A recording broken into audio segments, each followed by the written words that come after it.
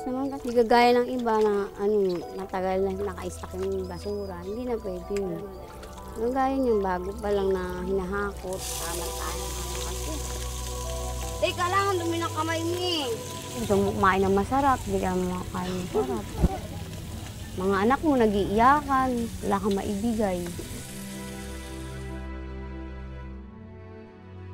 Sa pinakahuling survey ng SWS, lumalabas na tumaas ang bilang ng mga nagsasabing nakaranas sila ng gutom. Mula 3.6 million families noong June 2014, lumobo ito sa 4.8 million families noong September 2014.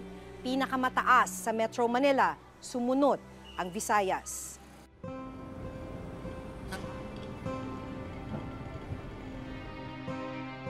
Alauna ng madaling araw, imbes na natutulog, ay inabutan namin ang 8 buwang buntis na si Mary Chris Magnawa dito sa isang junk shop sa Tondo, Maynila. Pero hindi lang mga plastik at karton ang iniipon ni na Mary Chris. Dahil mula sa mga nakolektang basura na galing sa mga fast food chain, pinipili rin niya ang mga tira-tirang karne ng manok at iba pang ulam. Hindi na bago ang pangungulekta ng tira-tirang pagkain na kung tawagin ay pagpag. Dito po to sa namin, amo namin. Sa kanila itong mga anak ko namin kalakal. Tapos yung ganito, kagaya nito, sa amin ho. Hindi naman sa kanila.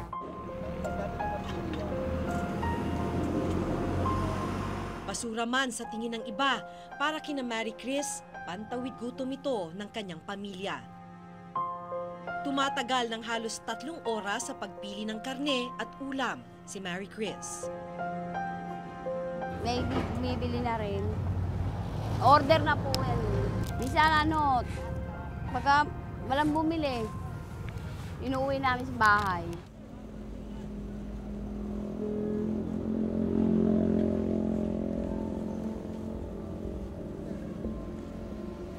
Hindi na ako.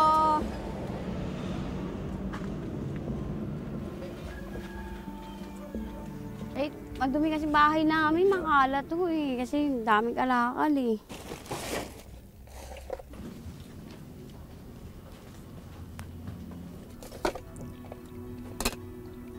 Pero man po, salo-salo pa yun natin. Ay, di makita ang bote.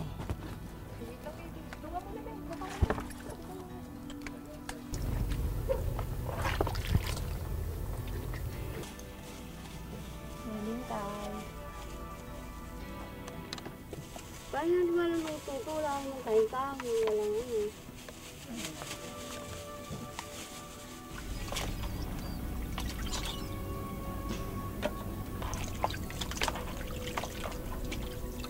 malinis naman kasi gagaya ng iba na matagal na naka-stack yung basura. Hindi na pwede yun.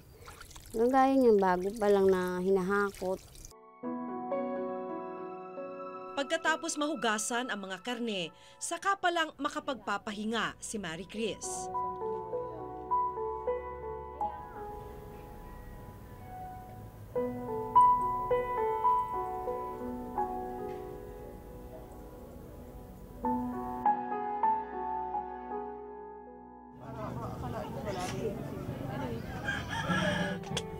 Pagkagising, agad na hinanda ni Mary Chris ang kanilang agahan.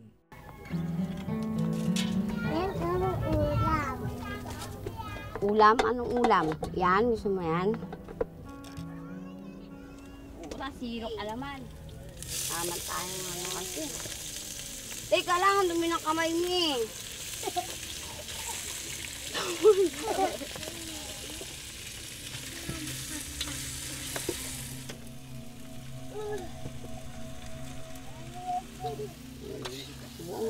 Ligo na kami!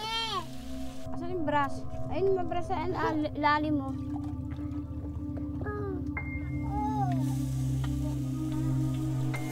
Ay, shampoo na ko. Ayan.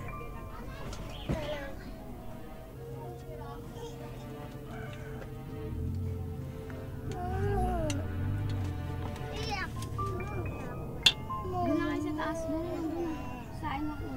Pinagsaluhan ni na Mary Chris at ng kanyang mga anak na sina Sheila May, 6 na taong gulang, Maria Sheena, 4 na taong gulang. At Jade, 3 taong gulang, ang adobong pagpag.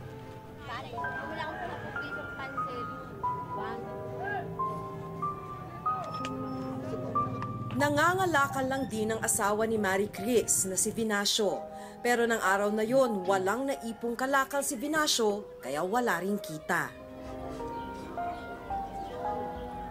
Minsan nga, 60 pesos lang kinikita niya. Sakit sa ulo. Ang hirap budgetin.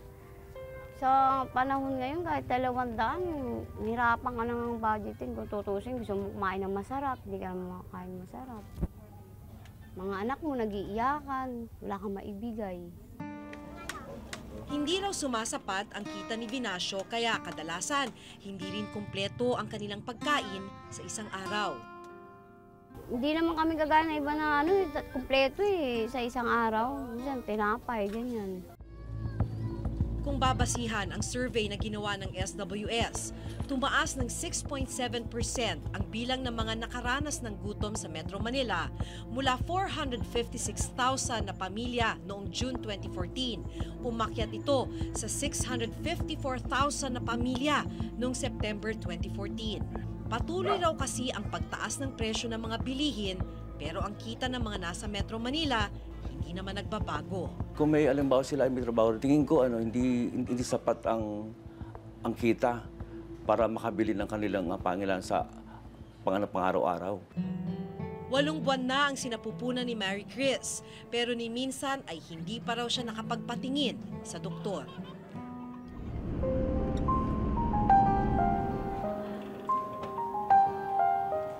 Kahapon, kasama ang kanyang mga anak, ay sinamahan namin sila sa health center. Ate Ken, wala ako naglela. So far, chinek ko yung mga bata. Sa tingin ko sa mga bata, sa mga weight nila, mukhang mga mapapet sila, underweight sila sa age nila. Isa ko pang concern si Mami, yun, buntes. Isa, wala pa siya mga laboratories. Ngayon, may masakit daw sa balakang niya, so pwedeng i-suggest na baka may UTI. So, syempre, kung manganganak siya, kung meron siya infection sa pag-ihi niya, pwedeng maka-apekto yun sa baby sa paglabas. Kailangan ko talaga magpa-check up, prenatal, tsaka kunan ako ng ihi. Kasi baka daw manganak ako ng biglaan.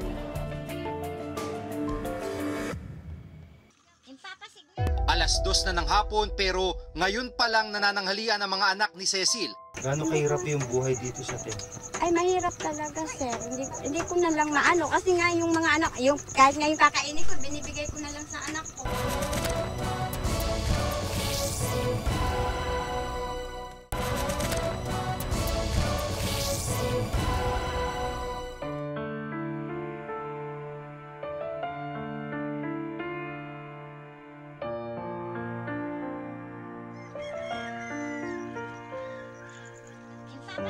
Alas 2 na ng hapon pero ngayon pa lang nanananghalian ang mga anak ni Cecil na sina Carlos at Jericho. Pansit at kanin ang pagkain nila nung araw na iyon. Yung bigas, binili namin na yung may tira akong kalahating kilo, bumili na lang ako ng kalahati. Tapos may yung natira kagabi, Maswerte pa raw sila dahil kadalasang lugaw lang ang kinakain ng kanyang mga anak. Ano ba ang trabaho ng asawa? ano lang siya, ngayon nag-ano siya sa labor, 260 isang araw lang niya, sahod. Kulang, ginagawa ko. Pinagkakasya ko. Mag-iisang taon na rin silang nakatira sa tent.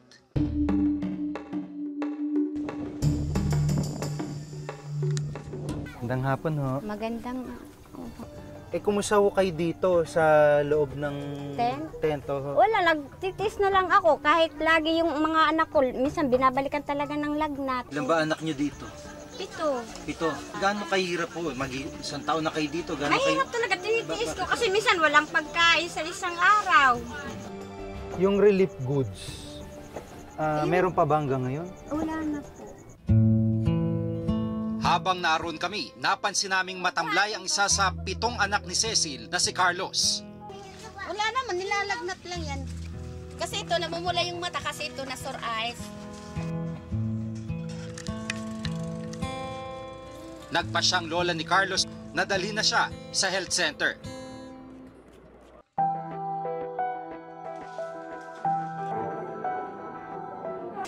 Ano yung temperature, ate? 38.6. Taas yan.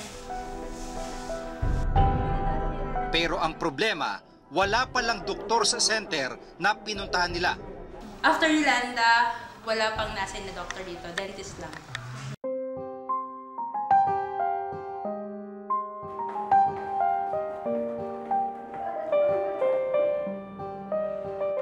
Sa ospital, kaagad sumailalim sa urinalysis at blood testing si Carlos.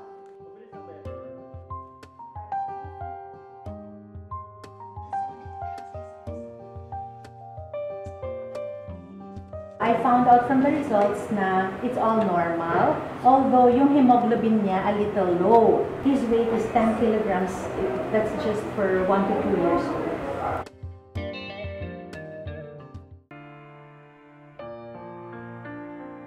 Hindi lang ang Metro Manila ang tumaas ang bilang ng mga nagsasabing nakaranas sila ng gutom. Dahil sa Visayas, mula 617,000 na pamilya noong Hunyo ay umakyat ang bilang sa 786,000 na pamilya noong Setyembre 2014. Kabilang dito ang ilang pamilyang nabiktima ng bagyong Yolanda.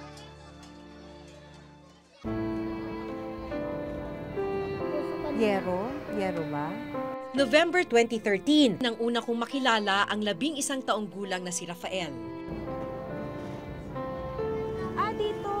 Okay. Namatay ang kanilang ama matapos tangayin ng storm surge. Kaya ang kanilang ina ang mag-isang nagtataguyod sa kanila. Dahil wala pang tulong ng mga panahong nakilala namin sila, hilaw na saging ang lumalaman sa kanilang kumakalam na sikmura.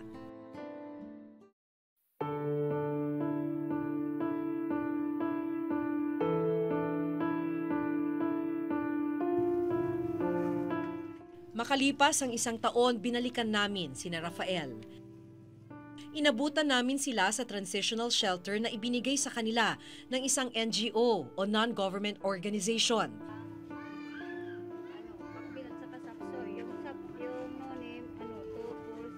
Si Rafael, kailangan na rin kumayod sa murang edad. Nagtitinda ako para kami kakao. Saan ka nagbebenta? Doon sa mga bangkaw sa rin. Pansamantalang tumigil sa pag-aaral si Rafael para makatulong sa pamilya.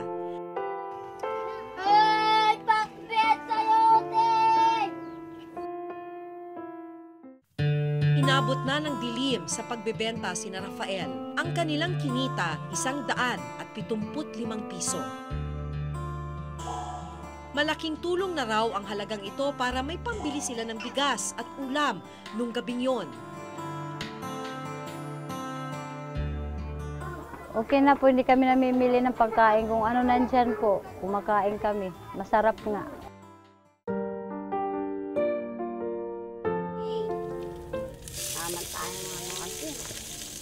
May mga programa naman ng pamahalaan para sa mga supplementary feeding program para sa mga undernourished na mga kabataan.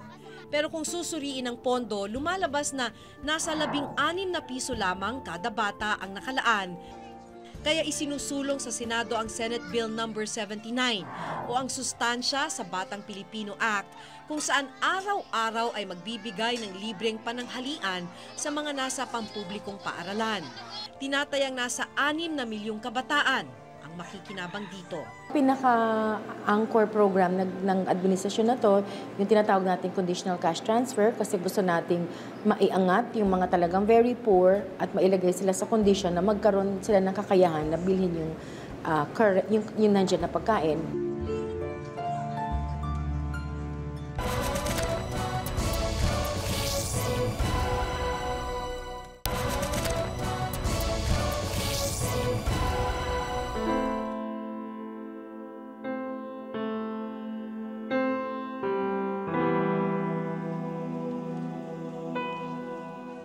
Sa dami ng bilang ng nakararanas ng gutom, Nakapanghihinayang kapag may mga balitang napupunta lang sa katiwalian ang pondo ng bayan.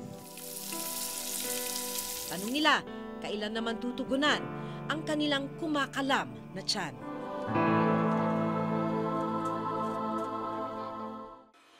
Ito ang mas malawak na paglalantad sa mga isyu ng bayan hanggang sa susunod na Huwebes na pagbabantay sa pamahalaan at lipunan. Kasama si Jiggy Manikad, ako po si Maki Pulido at ito ang nakatala sa aming Reporter's Notebook.